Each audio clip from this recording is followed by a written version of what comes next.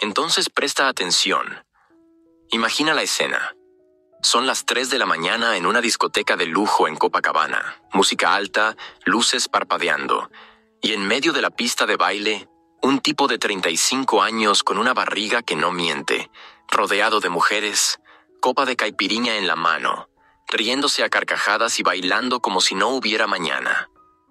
Ese mismo tipo, dentro de 8 horas, va a entrar al campo para enfrentar una defensa compuesta por atletas de 22 años, músculos definidos, dieta estricta, 8 horas de sueño religiosamente cumplidas.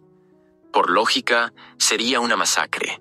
Pero cuando ese fiestero se llama Ronaldinho Gaúcho, prepárate para presenciar algo que desafía toda lógica del fútbol moderno. Esta es la historia brutal y real de cómo un genio autodestructivo transformó su decadencia en espectáculo, y cómo a veces el talento puro puede vencer cualquier preparación física del mundo.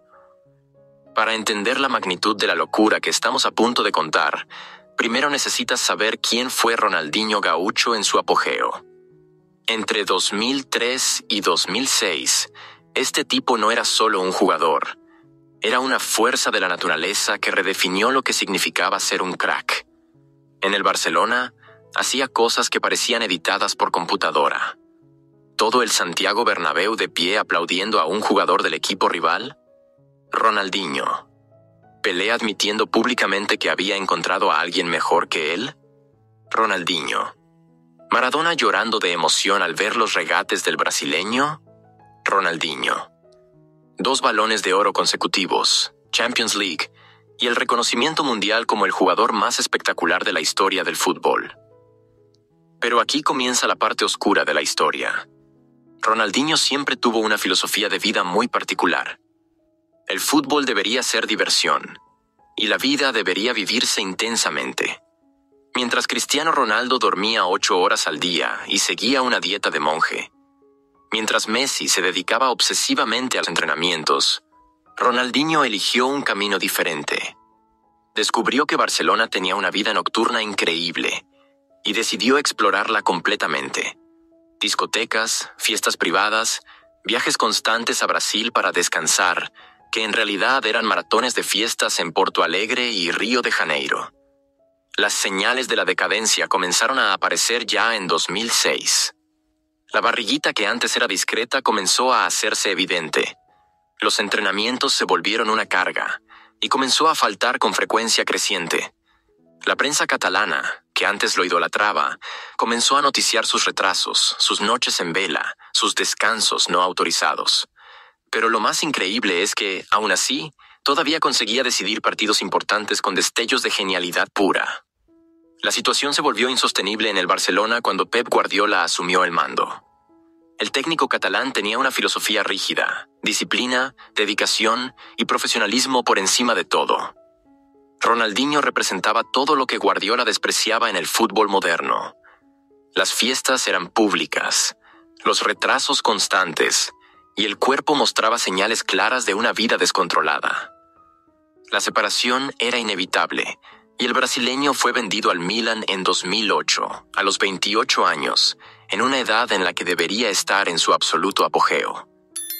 En el Milan, la cosa no mejoró. Ronaldinho descubrió que la vida nocturna italiana era aún más interesante que la catalana. Milán ofrecía fiestas exclusivas, eventos de moda y una serie de tentaciones que el brasileño abrazó con entusiasmo. Llegaba a los entrenamientos visiblemente cansado, a veces con señales obvias de resaca, y su rendimiento en el campo se volvió completamente impredecible. Algunos partidos era brillante, otros parecía un jugador amateur perdido en el campo. Cuando regresó a Brasil en 2011 para jugar en el Flamengo, muchos pensaron que sería su retiro anticipado. Ronaldinho tenía 31 años, pero su cuerpo parecía de alguien de 40. La barriga estaba prominente, la velocidad había desaparecido, y las historias sobre sus trasnochadas eran legendarias. Río de Janeiro ofrecía todo lo que un hedonista como él podría desear. Playas, fiestas interminables, y una cultura que celebraba los excesos. Las historias que circulaban en los vestuarios del Flamengo eran surrealistas. Ronaldinho llegando con resaca a los entrenamientos, pero aún consiguiendo hacer cosas imposibles con el balón. Técnicos que querían multarlo por la indisciplina, pero que no podían negar que era el único capaz de resolver partidos imposibles. Compañeros que quedaban divididos entre la admiración por el talento y la irritación por la falta de profesionalismo. Pero era exactamente en este contexto de decadencia donde ocurría la magia.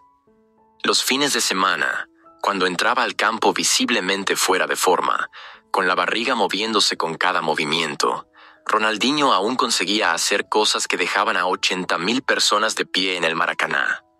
Era como si el fútbol fuera solo un pasatiempo para él, algo que hacía en las horas libres entre una fiesta y otra, pero que ejecutaba con una naturalidad que humillaba a profesionales dedicados.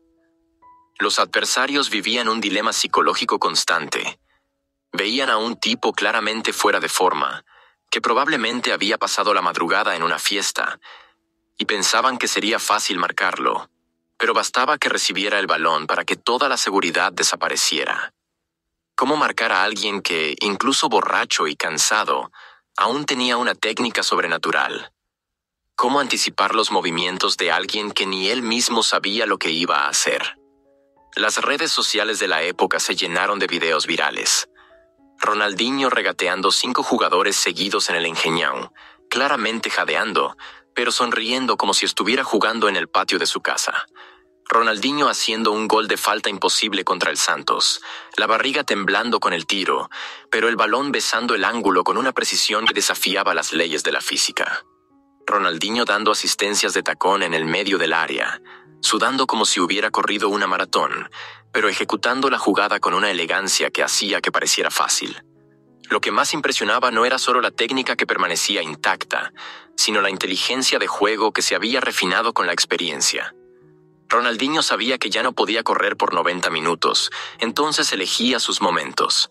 Se quedaba caminando por el campo, observando, economizando energía, y cuando surgía la oportunidad correcta, explotaba en destellos de genialidad que decidían partidos enteros. Los propios periodistas deportivos quedaban divididos. ¿Cómo criticar a alguien que llegaba con resaca pero aún hacía cosas que ningún otro jugador en Brasil conseguía hacer? ¿Cómo exigir profesionalismo a alguien que, incluso sin cuidarse, aún era la principal razón por la que la gente iba al estadio? La hipocresía era evidente. Todos sabían de los excesos, pero nadie conseguía dejar de admirar los resultados. Las fiestas se volvieron legendarias. Ronaldinho alquilaba casas enteras en Copacabana para eventos que duraban días. Pagaba bandas famosas para tocar solo para sus invitados.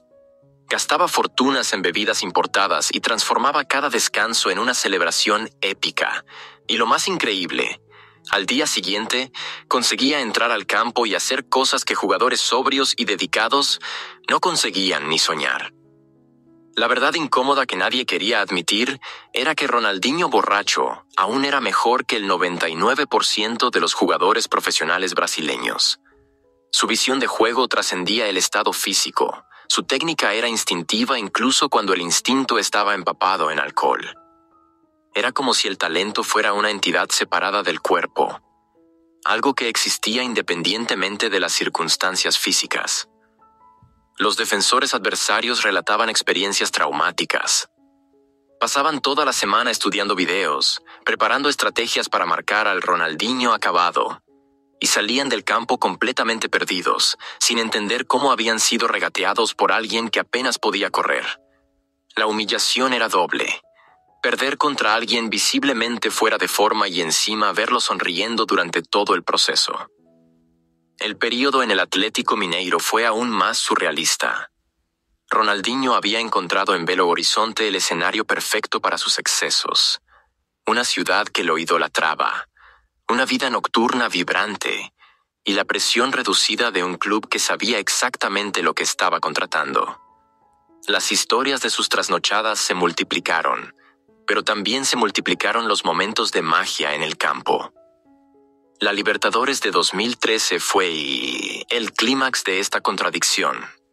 Ronaldinho, visiblemente con sobrepeso, claramente sin la preparación física ideal, fue el protagonista de la conquista más importante del Atlético Mineiro en décadas. En los momentos decisivos, cuando la presión era máxima, simplemente borraba todo lo que había bebido la noche anterior y se transformaba en el genio que siempre fue. Lo más cruel de todo era que Ronaldinho parecía divertirse más en esta fase decadente de la carrera que en el apogeo de su forma física. Sin la presión de ser el mejor del mundo, sin la exigencia de conquistar balones de oro, había vuelto a los orígenes. Fútbol como pura diversión. Y cuando liberas a un genio de todas las expectativas y lo dejas jugar solo por placer, los resultados pueden ser aún más mágicos. La lección más profunda de toda esta historia es sobre la naturaleza del talento verdadero. Ronaldinho demostró que existen dones que trascienden cualquier preparación física, cualquier disciplina, cualquier metodología moderna.